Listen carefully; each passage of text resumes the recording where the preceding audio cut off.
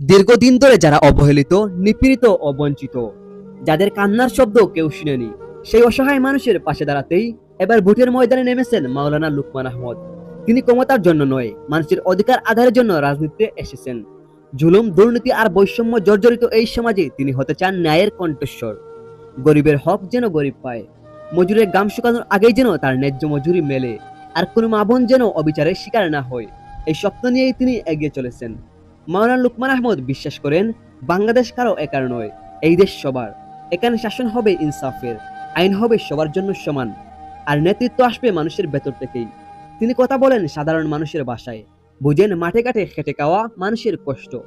আজ পরিবর্তনের সময়, অন্যায়ের বিরুদ্ধে রুখে দাঁড়ানোর সময়। আসুন ভয় নয়, ভোট দিই সত্যের পক্ষে। একটি ন্যায়ভিত্তিক, মানবিক ও ইনসাফের বাংলাদেশ গড়তে মাওলানা লুকমান আহমদের পাশে থাকুন। আপনার একটি ভোটই পারে নতুন দিনের সূচনা করতে।